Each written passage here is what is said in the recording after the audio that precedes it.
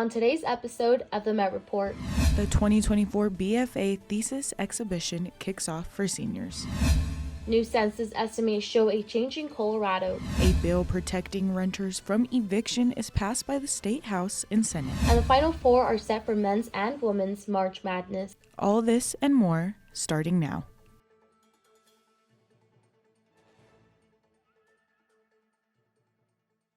Good morning, everyone, and welcome back to another edition of the Met Report. I'm Laryss Rodriguez. And I'm Sassy Montenegro. Today is Friday, April 4th. Thank you so much for joining us today. We have a lot to cover, so let's get started.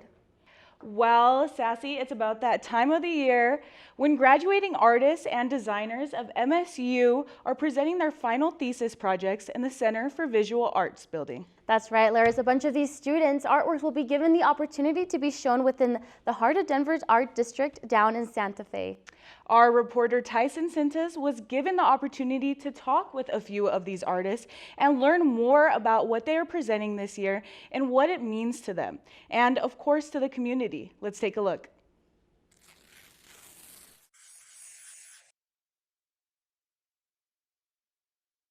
My artwork is called I Moved Ground and Dust to Keep You Here. I used copper as a way to represent preciousness in human relationships, and then naturally patinaed the copper to evoke this sense of decay, of loss, of change. So my art project is Don't Point, It's Rude. And it's kind of dealing with semiology with hand gestures and how they can have offensive connotations wherever you go. So the three panels are just similar hand gestures that are offensive in different cultures. And I just kind of want to bring it to light because some of them are really commonplace in the Western culture. So my work is called What Have We Lost? And it is about climate grief, climate change, and the Anthropocene. What I did was take materials, cottonwood specifically, and recreated and rearticulated a cottonwood tree. Just overall message is like, do your research if you're going to travel, if you're going to go to different places. Just know not everything that we do is seen in a good way or seen in light. And I think the most common ways of like, hey, this is good, this is peace and love, but sometimes that might not be it. Just knowing like where you go may not have the same connotation that we have. So just understanding that part. I think for mine, it's really important that I give the audience room to grieve, and grieve something that we all experience, climate grief, the feeling of loss or hopelessness when we do see climate change and disasters, natural disasters come through, when we see extraction sites. Those things can be really difficult to manage and cope with. So I want to try and give the audience space and time to like address those feelings and hopefully walk away doing something about that. The room to grieve is a really wonderful way to put it. And I also though want to evoke this sense of beauty coming from the decay. Like there is so much growth that can happen after something as big of a, like any kind of loss or change, especially in relationships or domestic situations. And there is always going to be some beauty that comes from that as well. So this juxtaposition and this idea of new growth, and hopefully walk away with this a sense of relief that not everything is just decomposing before our eyes. Yeah, something else that kind of aligns with both of our work is the idea that you can't make it how it used to be. Mm-hmm.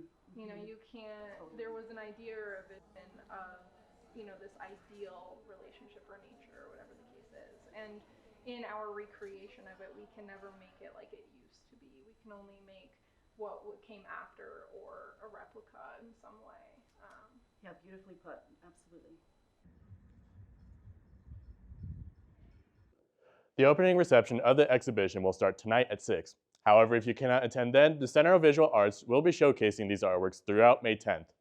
There were plenty of topics that we talked about that were not included in this report, however. A full discussion will be posted here in the Met Report YouTube channel. A link will also be in the description when the full discussion is posted. Sassy and Laryss, back to you two at the desk. Thank you, Tyson. This past Wednesday, the Center for Multicultural and Inclusion, as well as the University of Colorado Denver, started a kickoff event to celebrate the Asian American Pacific Islander American Heritage Month. This event was about honoring and learning the celebration and allowing the area students, families, alumni, and faculty to share the beauty and diversity of the 48 countries that comprise Asia by sharing Occidental food, selling homemade products like water bottles with anime drawings, terrarium plants, along with some posters and drawings made by students. If you missed this event, don't worry, because there are going to be more events for the whole month celebrating the Asia American Pacific Islander Heritage Month. For more information, take a look at the MSU Denver calendar at msudenver.edu. If you've been in the Tivoli over the past week, it's hard to miss the array of t-shirts hanging in the main plaza, but the message behind them is a poignant reminder of violence in our society. Started in 1990, the Clothesline Project is a visual art exhibition that aims to give voice to the victims of sexual violence through decorated t-shirts. The project serves as an educational tool for those who view the display to help people understand that sexual violence is a prevalent issue and that survivors will not be silenced. Each color t-shirt carries a different meaning representing different forms of sexual violence and discrimination, which people can then decorate with the message about their experiences. If you or someone you know is dealing with issues of interpersonal violence, a 24/7 helpline is available at 303-556-2255. This past Tuesday, MSU Denver Night at the Dam took place at the Denver Art Museum. The event featured an enlightening panel discussion that delved into pressing topics such as the decolonization and indigenization of art museums. Renowned guest speakers including Dakota Haska, Manuel Ferreira, and Cristina Maldonado addressed critical issues within the art world. They highlighted the marginalization of indigenous art, the lack of diversity in a predominantly white field, and the urgent need for fair pay. Sponsored by the U.S. Bank Foundation, Art at MSU, C2 Hub, and the Office of Diversity and Inclusion. This event provided a platform to spotlight these crucial issues within the community. Moreover, it offered attendees a unique opportunity to actively engage with art and contribute to meaningful discussions surrounding its impact and representation. Colorado is one of the fastest growing states in the country in previous decade, and while population growth has slowed in the years since the pandemic, new data is revealing trends as to where people are moving in the Centennial states. According to estimates from the U.S. Census Bureau, the Denver metro area, including Denver, Centennial, Aurora, has grown 1.3 in total population since 2020. Though Denver's county has dipped 1%, this trend is in line with both Boulder and Jefferson counties, who saw 1% decrease in population over the last 4 years. The fastest growing counties in the state include Broomfield, Weld, Custer, and El Paso. The largest drops in population are seen in counties along the eastern and northern borders. On national level, the 4 of the top 5 fastest growing metro areas in the country are in Florida, with the biggest decrease being seen in Oakland, New York, Los Angeles, and New Orleans. And good news for Coloradans looking to switch up their form of transportation, as the e-bike tax credit is now in effect. The new program kicked off April 1st and gives Colorado residents a tax credit of $450 when going to purchase an e-bike from participating retailers. While there are no income restrictions attached to the credit, customers must provide proof of state residence at the time of purchase, whether it be a driver's license, insurance policy, lease, or vehicle registration form. The program aims to reduce pollution in the state of Colorado, as e-bikes have been shown to help cut greenhouse emissions when used in mass. For more information on participating retailers, please visit the link in the description. Next Monday's solar eclipse is shaping up to be a once-in-a-lifetime event for many Americans. And while Colorado isn't along the line of totality, we'll still be getting quite the view. The main path of the eclipse will stretch from northern Maine to the southern Texas and be seen by an estimated of 31 million people over the course of 2 hours. In Denver, we'll be seeing the moon cover 60% of the sun between 11:30 a.m. and 12:40 p.m., but better views are possible. The southern corner of Colorado will see about 77% of the sun covered in the same time span. Please remember to wear eye protection when looking up at the eclipse and have a happy viewing. U.S. Representative Lowen Boebert from Colorado underwent emergency surgery this past week after a blood clot was discovered in her leg. The surgery took place this past Tuesday at the UC Health Medical Center of the Rockies in Loveland. According to her campaign, Boebert has been diagnosed with May thunder syndrome, a vascular condition known to cause blood clots. The discovery came after Boebert's experienced swelling in her upper left leg, prompting a CT scan. Despite the diagnosis, Boebert, who is currently serving her second term after narrowly winning against a Democrat in 2022, assures that her ability to fulfill her duties as a member of Congress won't be affected, and she expects to make a full recovery. Boebert expressed her determination to return to Congress, stating, "I'm looking forward to making a full recovery and getting back to Congress to continue fighting for Colorado." Well, Laryss, before we move on to the next segment, let's check out what Colorado's weather has in store for us this week. Yes, Sassy, we know how unpredictable it can be here. Let's toss it over to our reporter Noah for the latest updates. What's the forecast looking like? Thanks, Laryss. Well, besides the eclipse, it's actually a pretty average week of spring weather. As you can see, today's another warm day with just a touch of clouds, but don't plan any picnics just yet, as we can expect some rain and high winds tomorrow, with warmer temperatures on Sunday, followed by more showers going into the week on Monday. After that, the clouds should clear up a bit, and temperatures will range from the high 50s to low 60s from Tuesday to Thursday. And finally, we'll see a beautiful high of 75 this time next week with minimal cloud cover. Now back to you guys at the desk.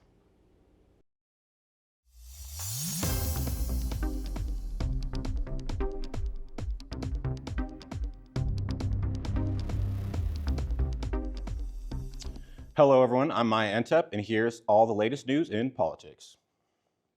Voting for student government starts on Monday, and the candidates are in full campaign mode, including a mock town hall which took place in St. Cajetan's Church this Wednesday. The panel featured 8 prospective candidates for the Student Advocacy Council, including 2 current members running for re-election. All were asked the same questions and given the option to come up to the podium and speak.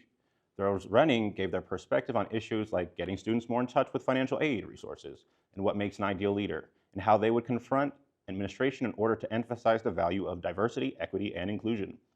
Though the audience of the event was small, it gave the student body an important preview of who may be representing them after voting wraps up a week from now. Meanwhile, we will continue to update you on this election and the issues at hand.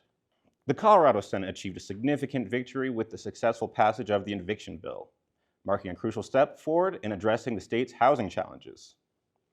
The bill aimed at providing relief to renters facing eviction amid the ongoing housing crisis, and it has cleared multiple hurdles in its journey toward becoming a law. This legislative milestone underscores a commitment to safeguarding the rights of renters facing eviction, particularly in the aftermath of economic upheavals caused by the pandemic.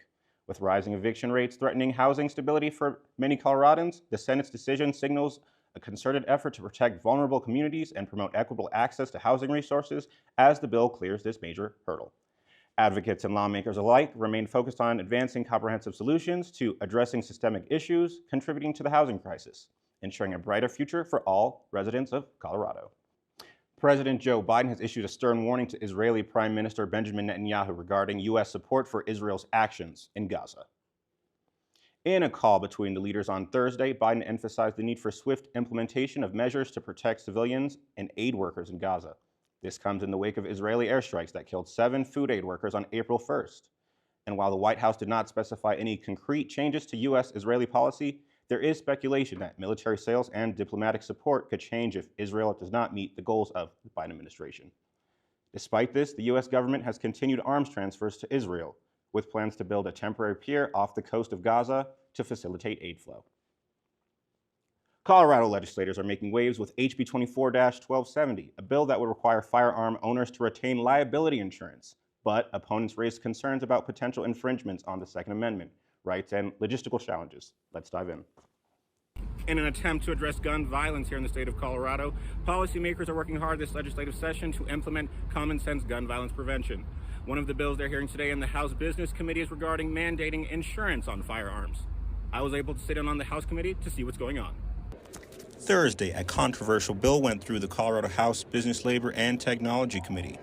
In response to growing concerns over firearm safety and accountability, Colorado legislators have introduced HB 24-1270.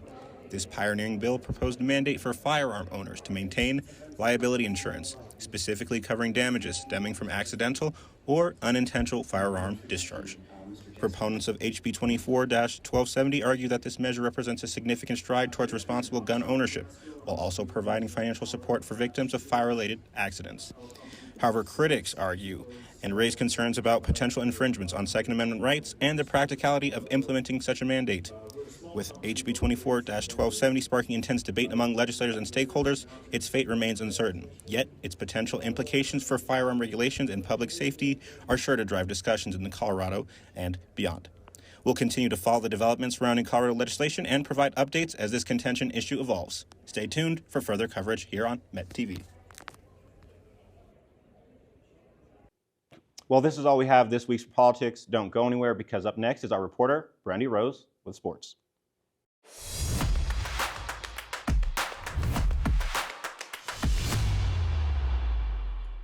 What's up, everyone? It's your girl, Brandi Rose, here to bring you all the latest from the world of sports. So let's get started. The Rockies' opening day will be filled with perfect weather, unlike the team who has been starting out cold. But there's plenty to smile about during the new season ahead, with new players to look forward to and plenty of sightseeing to do while you're at the ballpark. We sent our Rockies and baseball correspondent Luke Meises down to Coors Field for more. The sights and sounds of baseball are back at 20th and Blake. But with the Rockies' poor start to the new season, there is plenty to look forward to this upcoming season. So realistically, we expect to be here by 8 a.m. We'll be here probably until midnight, realistically. The Rockies are coming into the new season with a lot of young and exciting new pieces into the lineup. Like young shortstop Ezekiel Tovar, who has signed a 7-year extension this past offseason. Outfielder Brendan Doyle, who was a Gold Glove finalist, and utility player Nolan Jones, who placed third in Rookie of the Year voting. But opening day isn't just about the Rockies. It's about the start of spring, celebration of sports in general, and more specifically to honor America's pastime. Oh, it's massive. It just produces a massive boost around all this little area. You know, you got Jackson's, you got all those other bars, View House and all that around here. So everybody will profit from this. It'll be a great weekend. It goes off to Wednesday. So hopefully that continues throughout the whole week, and then everybody can produce while we still got it right now. For Corey from Tom's Sports Bar, located at the newly developed McGregor Square, with all the madness that spring has to offer in the sports world, it'll be another walk in the park. Usually just your typical crowd, man. Right now, all the crazies are coming out for March Madness. The football crazies are going. Rockies fans are pretty laid back anyway, so they should be pretty laid back. Excited for baseball season, obviously. Rockies getting back in town. It's going to be a good time for them. Well, fans are excited to see the Rockies take on the Rays here in the Mile High City. First pitch will be at 2 p.m. This is Luke Meises with Met Media. March Madness is coming to a close and everyone's brackets are officially busted. But the Final Four is set, and next up we have the NCAA Championship. The final 4 teams to make it on the men's side of the bracket are the 11th seed North Carolina State Wolfpack, who upset 2 favorites in the bracket in Marquette and Duke. The first seed Purdue Boilermakers, making their 4th Final Four appearance in program history, came off a victory over the highly favored Tennessee Vols. The 4th seed Alabama Crimson Tide punched their ticket by crushing the 1st seed North Carolina Tar Heels in the Sweet 16 and beating Clemson in the Elite 8. UConn is also headed to the Final Four as expected, with guard Stephon Castle and his UConn Huskies having defeated 3rd seed Illinois 77-52. All 4 of these teams arrived at the main event in Glendale, Arizona this past Tuesday. The Final Four will take place tomorrow at State Farm Stadium. And if you can't make it out to Arizona to watch these showdowns, no worries. Purdue and NC State will be at 4:09 p.m. and the Alabama versus UConn game will be at 6:49. With gambling becoming a permanent fixture in the world of professional sports, the athletes are under intense scrutiny from their leagues to stay in line with betting rules. But after the recent scandals involving Dodgers star Shohei Ohtani and Toronto Raptors center Jontay Porter, it's become evident there is still work to be done. Alex Petrich has the story. In light of Shohei Ohtani's now former interpreter Ippei Mitsuhara allegedly taking over $4.5 million in wire transfers from Ohtani's personal account to a California bookkeeper, and NBA center Jontay Porter facing suspension over gambling allegations, the conversation regarding sports betting in the professional leagues is becoming increasingly prevalent. The impact on the integrity of the game and the reputation of the leagues is a concern of both fans and professionals alike. And they publicize, the legal betting. So there's two different realms in where it's at. But again, are we ethically doing the right thing by getting in with something that many people have an addiction with? So it's kind of it's an ethical and moral situation that a lot of these venues have to think about. Dr. Jay Martin, assistant professor of sports management at MSU Denver. Here sports teams are taking, multi-millions of dollars to, basically align themselves with, DraftKings and Barstool Sports and a lot of these other bookies that are starting to come out here. And there's a good side of betting and there's a dark side of betting. And so where do these teams fall? How far are they going to go into the dark side that we don't even see? The NFLPA states that players are allowed to bet on non-NFL events through legal sportsbooks, but all other NFL personnel are prohibited from all forms of sports betting. But in the NBA, NHL, and MLB, players and personnel are not allowed to bet on their own sports or any of its properties, such as G League affiliates or counterpart women's leagues. But if sports betting is legal in their state, they are allowed to bet on other sports. And while the pros are mired in restrictions, the average fan is surrounded by sports betting. Even here at Ball Arena, home of the Nuggets, Avs, and Mammoth, which now hosts a PointBet sportsbook. In the last decade, the sportsbooks have evolved into a $7.5 billion industry. Their influence is undeniable. So the question remains, how do the leagues keep it honest? There's not just one sports law or rule across the leagues. They all have their own kind of stipulations. And that's kind of a problem, is that there's no uniqueness or standard. They definitely need a unification kind of across all sports, and whether that comes through the Players Association or the league itself, I think it's about time that there's a standardization for athletes and what they can and what they can't do. For the Met Report, I'm Alex Petrich. After setting an all-time viewership record in women's basketball, drawing in over 12.3 million viewers in Monday's LSU versus Iowa game, anticipation for the women's game has never been higher. One-seeded Iowa's star point guard Caitlin Clark has been dismantling opposing defenses all season long, averaging 32 points, 7 rebounds, and 9 assists, leading her team to their second consecutive Final Four appearance. In their win over Angel Reese's LSU on Monday, Clark dropped 41 points, 12 assists, and 7 rebounds. The Hawkeyes will face off against number 3 UConn and Paige Beckers, who averaged 22, 5, and 4 on the season and dropped 28 points, 10 rebounds, and 6 assists, and the Huskies win over USC and Juju Watkins in the Elite Eight. On the other side of the bracket, Naismith Coach of the Year Dawn Staley and her undefeated number 1 seeded South Carolina Gamecocks will take on the 3-seeded NC State Wolfpack, who just took down Texas 76-66, with the winner advancing to the finals this Sunday. Thanks for joining me for sports today. Stay tuned for more excitement next week. Let's toss it back over to the desk. Thank you so much, Brandi. Well, Sassy, are you excited for the solar eclipse? I'm really excited. Actually, I'm not excited because my mom said it's bad luck, so I'll probably just stay home and take a nap. Okay. What about you? Well, I'm just nervous. I'm hoping that I'm not driving at the time because I'm a really bad driver when there's like full sunlight out. So I can't imagine how it's going to be when there's a little dimness to the day. So we don't want that, Laryss. Just stay home, take a nap. Yes, definitely. Well, guys, that's all we have for you guys today. Be sure to check out more of our content at mymetmedia.com and follow us on Facebook and Instagram. And subscribe to our YouTube channel to stay up to date with our weekly broadcasts. From all of us here at the Met Report, thank you for joining us. I'm Laryss Rodriguez. And I'm Sassy Montenegro. Bye, everyone.